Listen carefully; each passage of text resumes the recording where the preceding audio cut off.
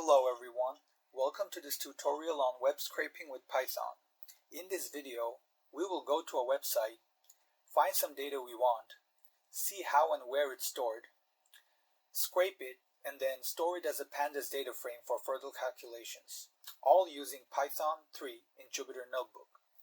And you can find the source code for this tutorial on my GitHub. Before we begin, there are a few things we should note about web scraping. First, we should always check a site's terms and conditions before we scrape them. And this is because it might actually be illegal to scrape data from certain sites. Two, we should space out our requests. So basically, don't try to scrape a site 20 times a day, or they will block your IP. And this is because web pages change their layout. So we might need to update our code based on their code. Number four, web pages are usually inconsistent. And this means that your data will probably not come back in the most ideal format, so we'll need to do some cleaning up and post-processing. And lastly, every web page situation is a little different, so you might need to spend some time configuring your scraper. There are three modules that we'll need to download before we can do this in Python. First is the beautiful soup. Then we're going to need the LXML. And then we're also going to need to install requests. And we can do all of this from our command prompt by issuing a pip install or a conda install. So let's start the coding, assuming you already have the packages. I'll copy and paste my imports and begin. So our first step is to find a website where we want to scrape the data from. And for this tutorial, I've found a website that uses data from the Census Bureau. Go down, you can see it's quite a long table, and it has population up till the 1900s. Cool.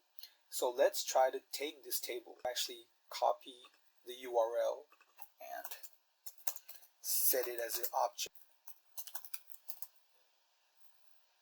Get, and then we put the URL in there. That gets the URL, and then we can read the contents from there by calling the content method. And then finally, we can use beautiful soup to actually parse through the document. Now, if you check your soup object, you'll see that the entire HTML code and our section of interest is this table. So what we do is, if you're on a Windows, press Ctrl-Shift-I or Command-Shift-I if you're on a Mac, and then press this Inspect Element tool and hover over your page to find a location where just your table is selected. You see, this selects the table, but it also selects all this other writing. You don't want that. You want to go to a location where just the table is selected. You can see the part of the code that contains this table.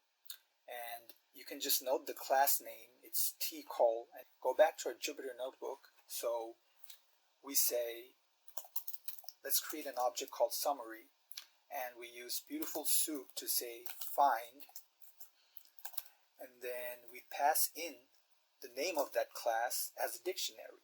So we say class, and then we say tcall. You check the summary, you can see it's no longer the full HTML code, but we have the date and the population. But this is not enough because we have to actually get rid of all that other text around there. First, we need to extract the tables before we can extract the rows. So let's extract the tables by saying summary.find all, and then we can tell it to find all the tables within that summary code.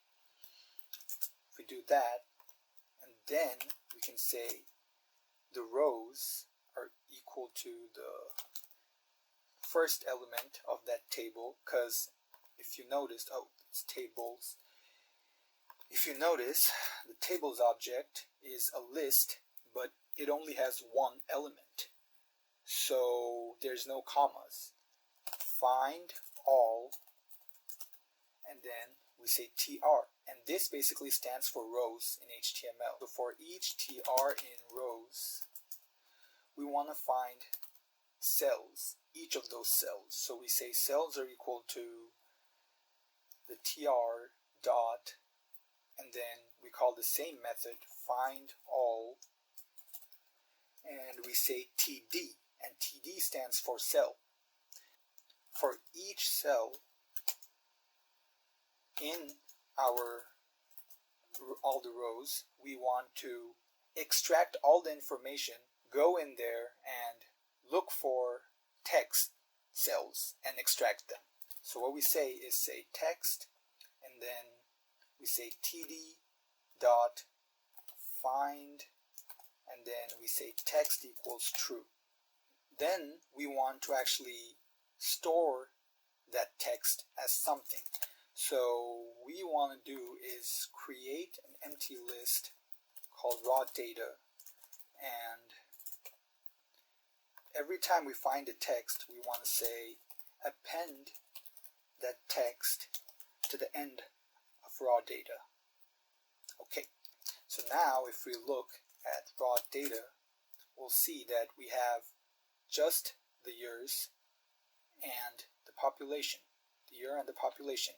We do have a few other things such as \ns, but we'll deal with them later. For now, it's important that we have extracted the years and the populations.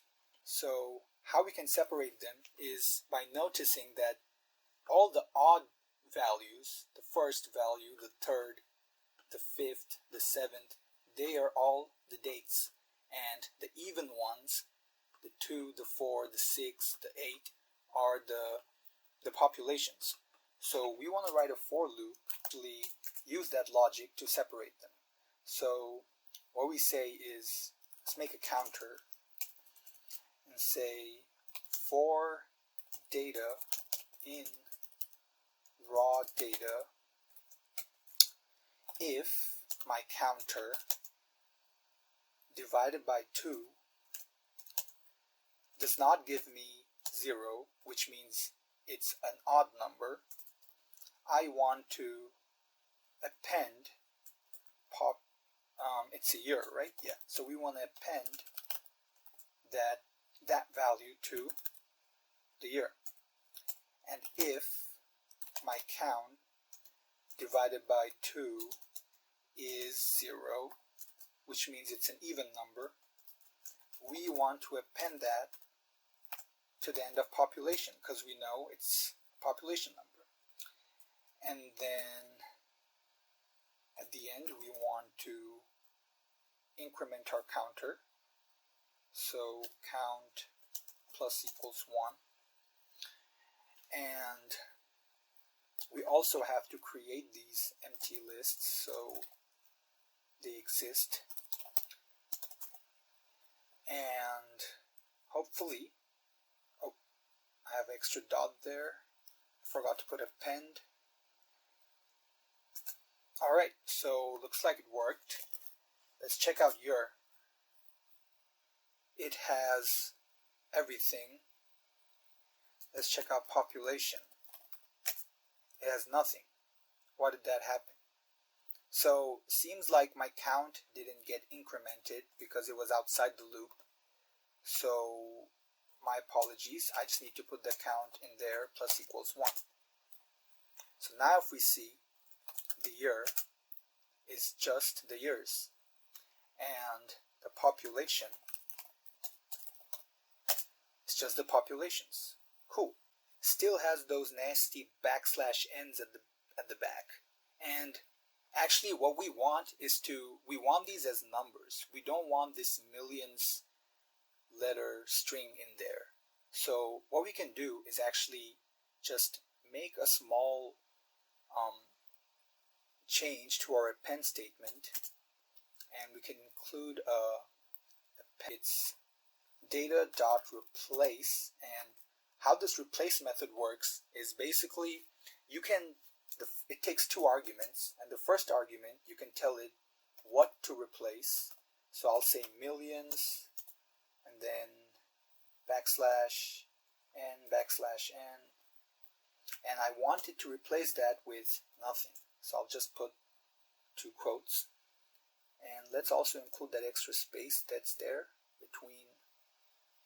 Okay, so if we do that, so what this is saying is basically when my counter is even, take that data point and append it to the population list, but if you encounter this string, millions \n\n, replace it with nothing, an empty space.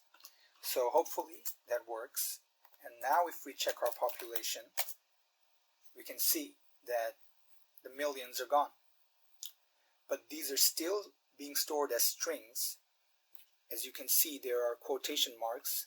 So final step we can do is to say population equals float I for I in population.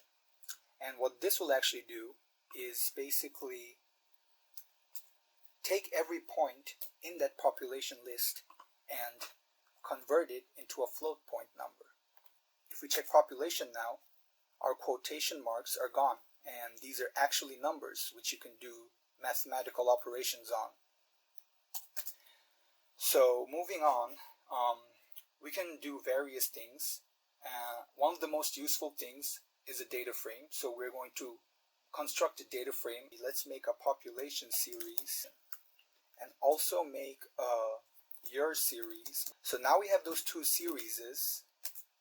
You can see now that we have series, we can actually make a data table and say pd.concat and then put our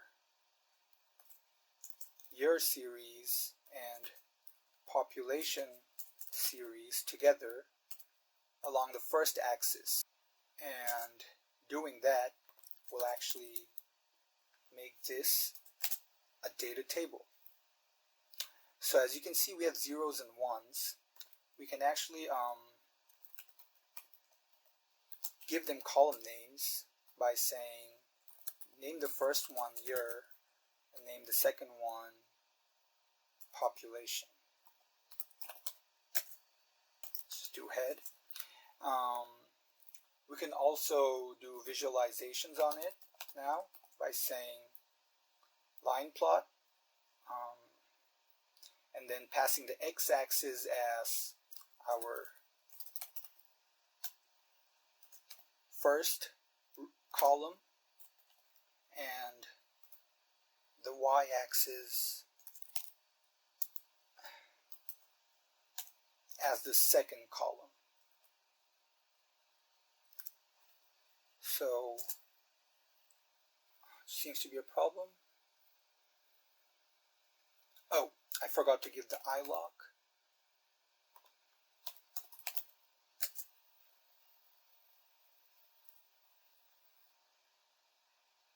As you can see, we have a plot of the population increase throughout the years. And we can do more to clean up the x-axis and everything. For now, let's add a title by saying g equals then g dot set title US population by year. Right.